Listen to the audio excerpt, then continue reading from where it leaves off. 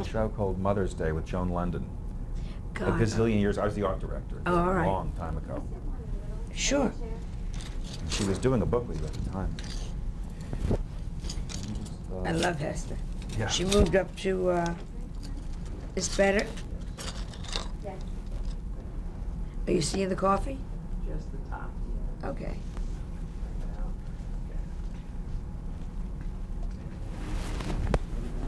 Okay, I'll try not to. Am I okay here? Okay. I feel like Rona Barrett holding still. Yeah, poor Rona Barrett. Go ahead. Just to finish up on Rabbit Test, what was your approach to directing? That was the first movie you directed. It's the first and only movie I directed, and I got a cinematographer named Lucian Ballard, who was a mean son of a bitch, and didn't help me at all. Really mean. He told me things like, you can't pull a body away from a camera. I mean, he was not a nice man. So I didn't have a good experience as a director. And I don't have a good eye. And I would never direct again. I would love to write another movie, but I would never direct again. But Rabbit Test left me so scarred. But did it hurt your career at all? Didn't hurt my career at all. But it, well, maybe it did. Maybe I would have been Woody Allen if someone had said, okay, that's very funny, let her do another, and this time we'll put her with very good people. We made it for $1. You know, so we had not the greatest of anything with me. Yeah. In 1983, I see you guest hosted Saturday Night Live. Yeah, that was fun. What were your memories of that? Saturday Night Live was fun. I worked with Eddie Murphy, which I loved. I thought he was terrific. And I got to improvise, which is, again, fun. And we did a thing with Elizabeth Taylor choking. And I got to play Elizabeth Taylor. And that was wonderful. Yeah, I enjoyed it very much. Never did it again. What? No? Never asked again. How did you get on with the cast? Fine. Fine. Lorne Michaels? Fine. Okay. I don't remember him, so it was fine. Do you remember any of the sketches you did that night, aside from the Elizabeth The Taylor? sketches weren't very well written. And I was very shy. I really should have walked in and said, no, I want to say this instead of that. And I didn't. It wasn't, I did one funny thing. I think we did a joke off, and that was funny. I mean, it was that the Dueling Joan Rivers? The Dueling Jones. With Joe Piscopo. With Joe Piscopo. And that was fun. So it was a funny shot. But they never asked me again. I never did it again. Did appearing on the show do anything for your career, one way or another? No, I was already so hot. Okay. Which leads us to The Tonight Show. Yeah, Tonight Show. How did you become the first permanent guest host of The Tonight Show? My whole career has never been #1. I'm always under the radar, always.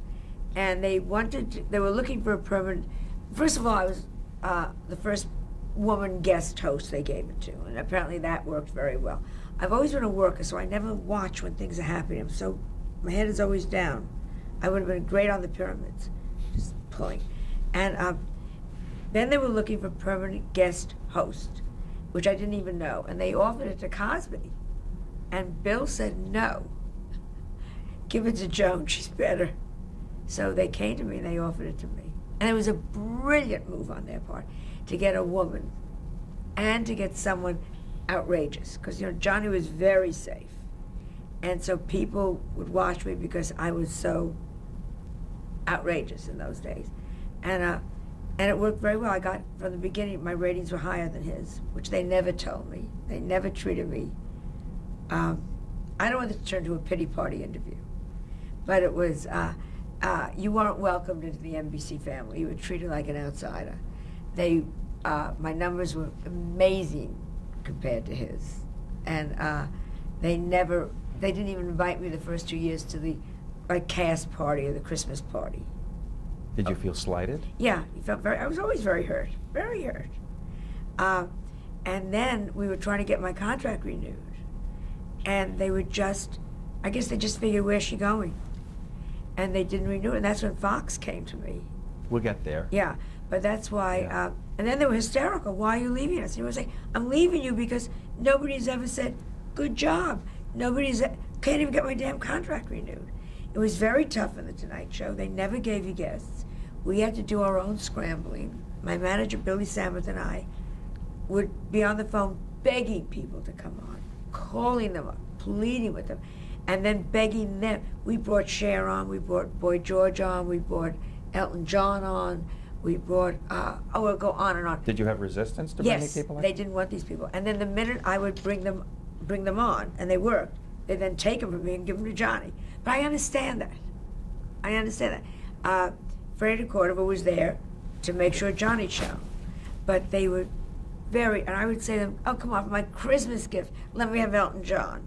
I'm begging you guys, please. Lily will be funny. Trust me, Lily Tomlin will be funny.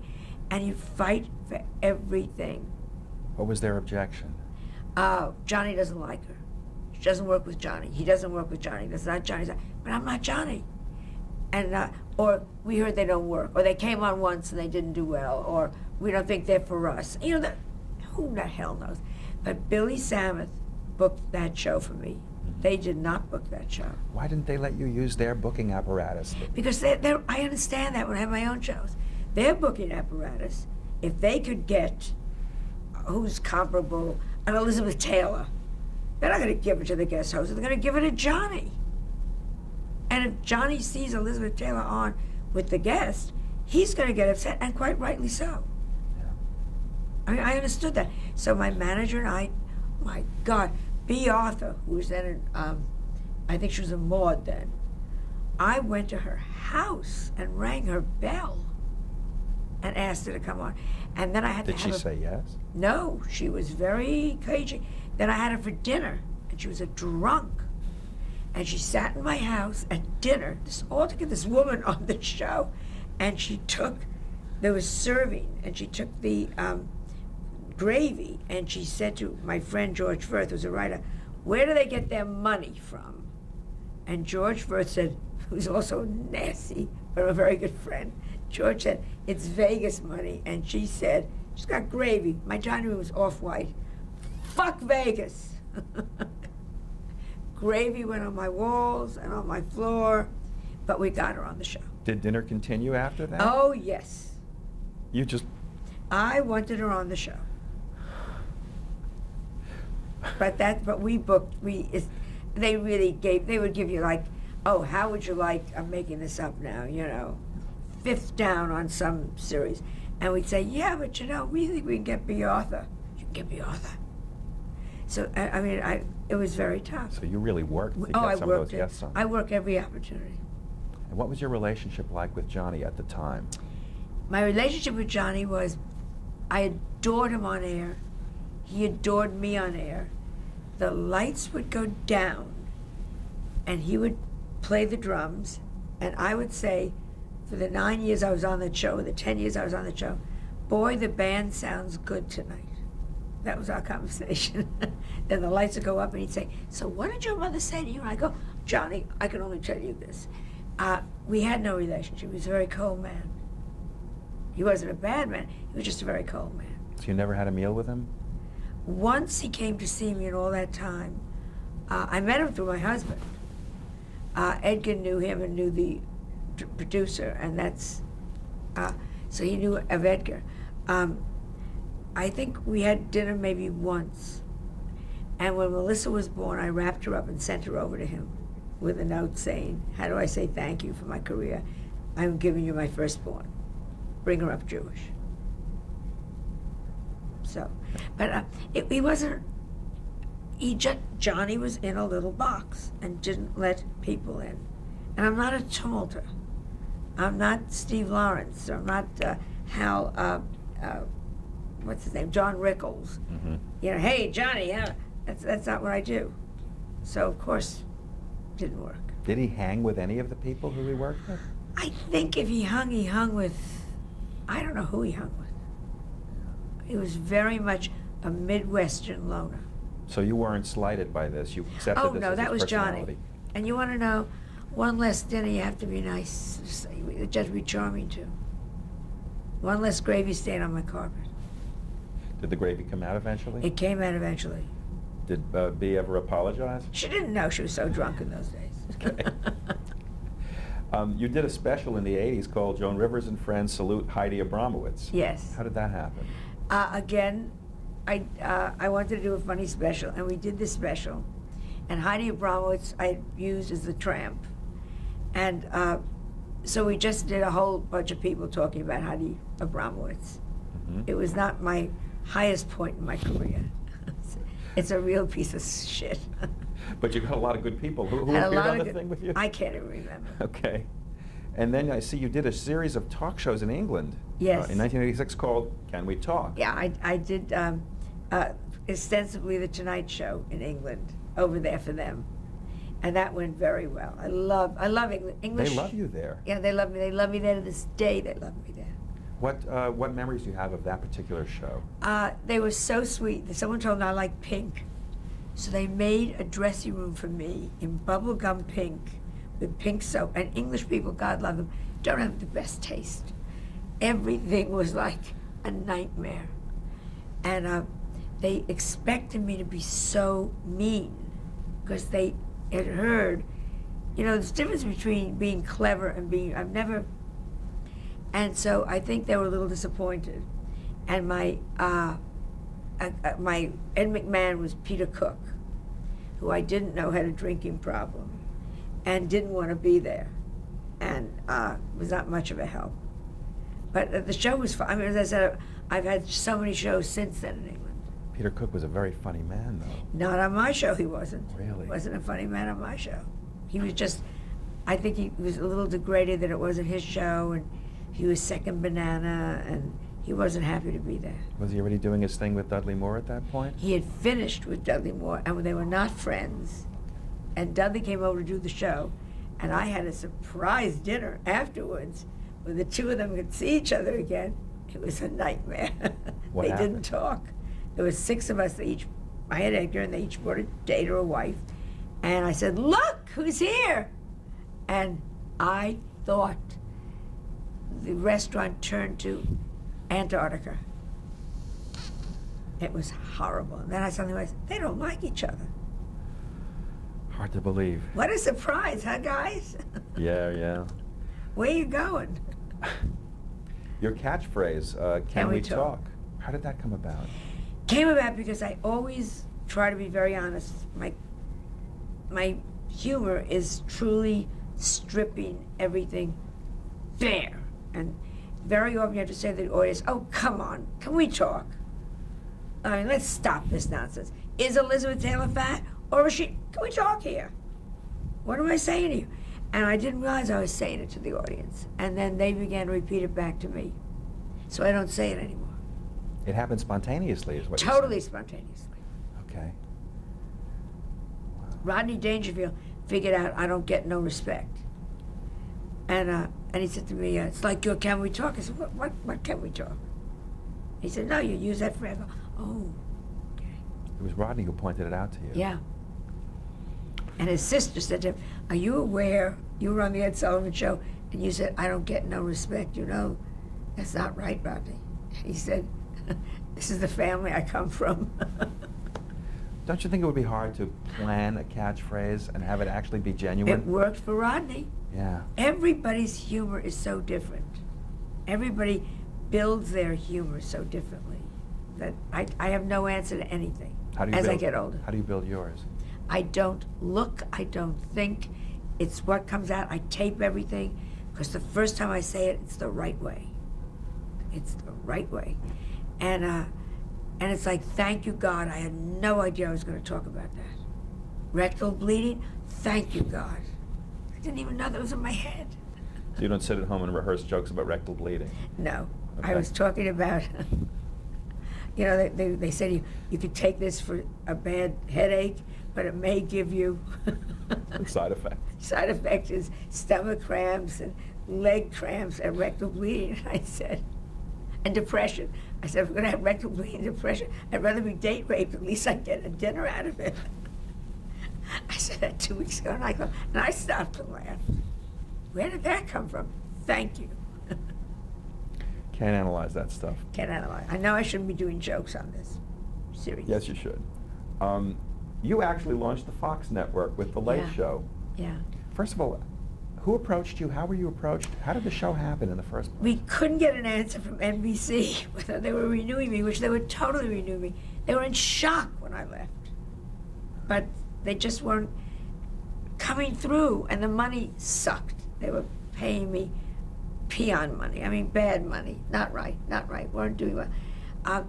And Fox was starting the network, and they approached us, Rupert Murdoch and Barry Diller. And they said, when your contract's up, we will give you everything that you have now, plus 5-year guarantee and $15 million. When $15 million meant something, you know, which was just over the moon money. And so we did it.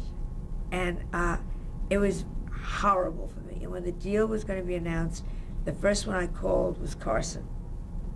And he hung up on me and never spoke to me again. You called him before the deal was going to be announced? Right before the deal was going to be announced. We didn't do it during negotiation because Edgar, they weren't, you know, it's not warm and fuzzy. David Brenner had his own show and they cut him off a year before his own show, so he had no exposure. Cosby was doing something, they cut him off. So Edgar said, if they get wind of this, you won't be seen till Fox revs up. You will not be on television for at least a year to a year and a half. This must be kept quiet till it's time. So no one knew about it. I mean, it was, oh, you were meeting in hotel rooms. You should see where you were meeting, you know. And then when it was all done, they were going to announce it. I said, I want to call. And I called 4 people myself. And the first was Johnny to tell him. And he hung up on me. How far did you get in the phone conversation? I said, Johnny, it's Joan. And I think I'm leaving the show. I have my own show at Fox. And click. So then I called him back. And I said, Johnny. And he clicked down again. He literally wouldn't hear you. Would not hear me. Not. And it was terrible. And then lied and said I never called him. And then NBC got on the bandwagon because it's all money. Fox, their show is competing with him now. I was vilified in the press, and I was told that I left the cars. I said, my contract was up, and you guys haven't come to me. You've been asking for a year. They just never thought I'd go anywhere. Did he have the right to feel as snubbed as he claimed he did? No. I think he was so, I shouldn't say that. I think he was so isolated that he probably didn't even know that they weren't even giving me another contract. They were going to. They all said, well, of course you're staying with us. You know, hey, I'm a nervous person. Where's my contract? But it became business, and it became, he became what he was, what we all are. Johnny Carson didn't become Johnny Carson, didn't get himself out of Nebraska because he was a sweet kid. You get out because you have drive. When you made that last appearance on his show, you already knew that your show was coming up. How hard was that for you? It was terrible. I stood backstage, it was terrible. Because I knew this was it. And it was, NBC was my home. And the Carson show found me. Oh, I was devastated that they hadn't renewed my contract. I was brokenhearted. I was devastated by it. What was Edgar saying to you at the time? That you've got to take care of yourself. Mm-hmm. Bernie Brillsey was my agent. You got to take care of yourself. You got to take care of yourself. So there were a lot of people actually that knew you were going to be doing this, but it never filtered back to NBC? No, it was kept very under wraps. Mm-hmm. I think Fox finally leaked it. Yeah. How do you feel about Carson today, after all this is gone? I think he was the best straight man in the world. Nobody ever did I have that connection with, comedically. It was such a connection.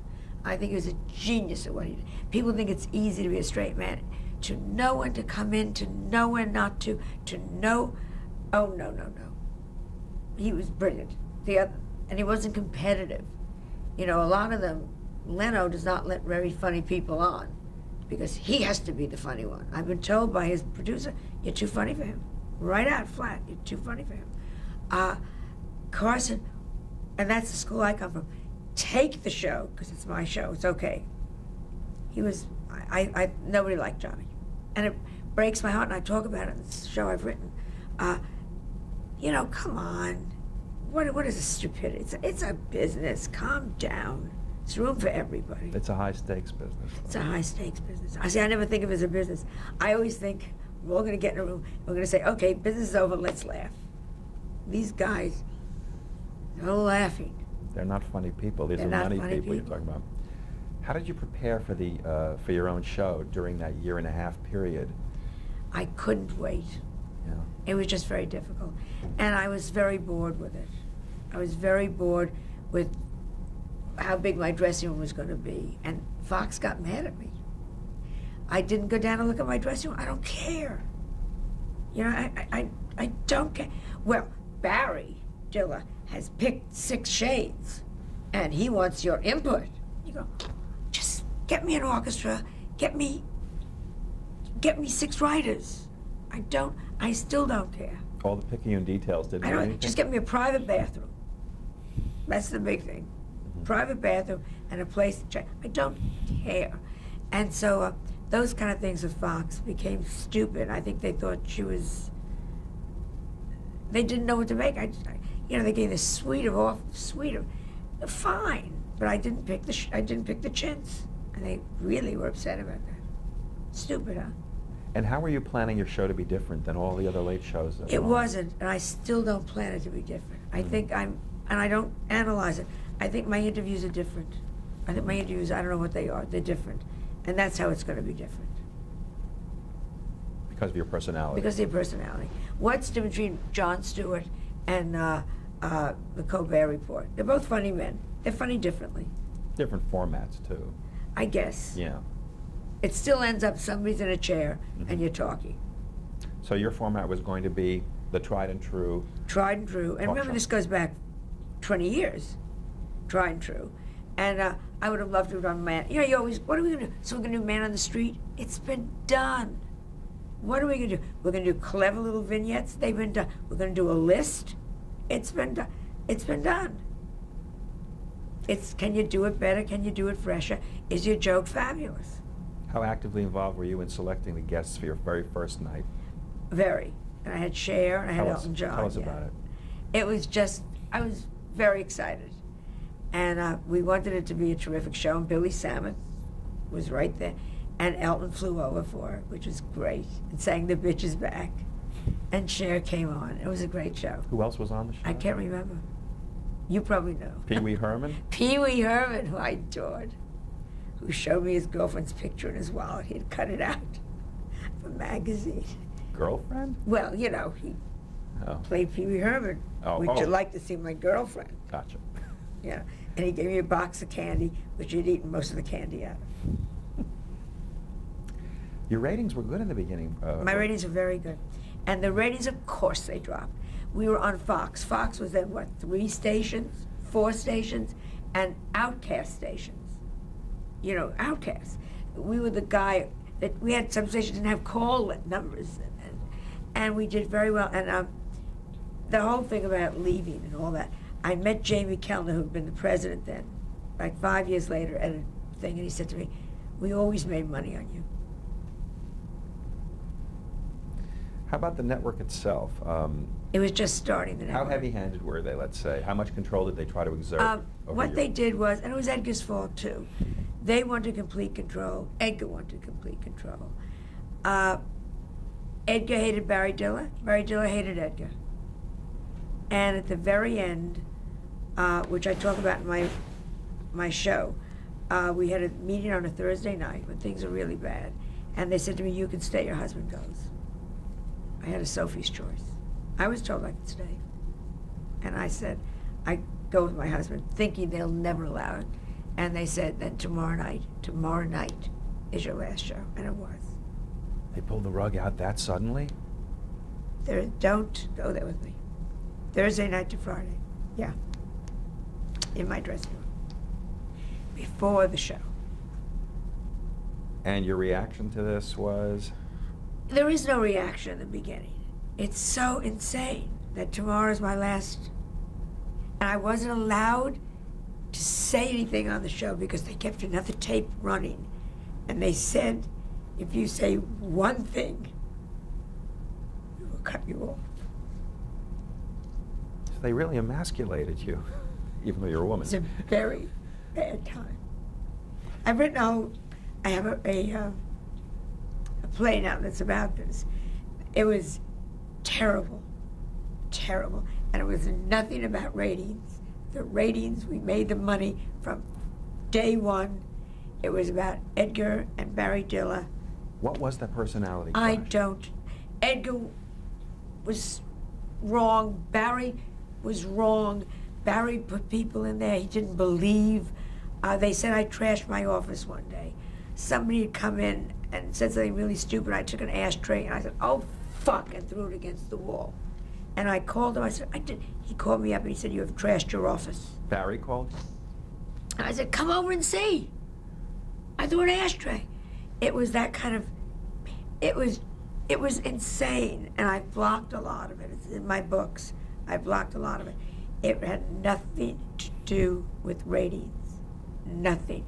And then they put Arsenio on, and he went right into the tubes, right down them. No, first they put on somebody else. They put on Suzanne Summers. She lasted 3 days. They all think it's so easy. It ain't easy. I know. It ain't easy. They put Suzanne on, and then they put on a disc jockey, somebody D's. He lasted 2 weeks, and they put Arsenio on, and he went. I remember. Right to the, but it was vicious. How were your dealings with Barry Diller? Not Edgar, yours, personally. He was just against us, and I made a sign called the Barry Meter, and I had a picture of the two of us, and I had them cut it in half, and if he wasn't talking to Edgar that day, I moved him away from me. I did like a 1 to 10 thing. If we all just sit down and laugh, it would be fine. Nobody was laughing. I don't know what the fights were about. I don't, to this day, know what the fuck happened. They wooed you like crazy to do the show, Wooed and me then like say what crazy. it turned. We suddenly? gave them not the numbers they wanted. I remember the first day we got a 5. Well, of course, America watched. And I remember walking with Barry. He said, "We got a 5," and Carson was getting like 6s. And I said, we're not going to get that rate. I mean, they're sampling. But we always got numbers. And we would have gotten. I mean, as Fox built, of course we would have built. Of course we would have built. It was not about ratings. And then they destroyed me. So NBC was knocking me because I left Carson. And then Fox put out all these things that I was difficult to work with. I had a reputation for about 10 years. People used to say to me, "I've heard such bad things about you." Did anyone ever tell you what those things were? I work under totally, I have to have everybody love me in the room. Otherwise I can't work. So it was a rotten time. My husband killed himself over it. Very bad time. You think that's what led to his Oh, there's no suicide? question about it. Because he knew it was him. He knew it wasn't me.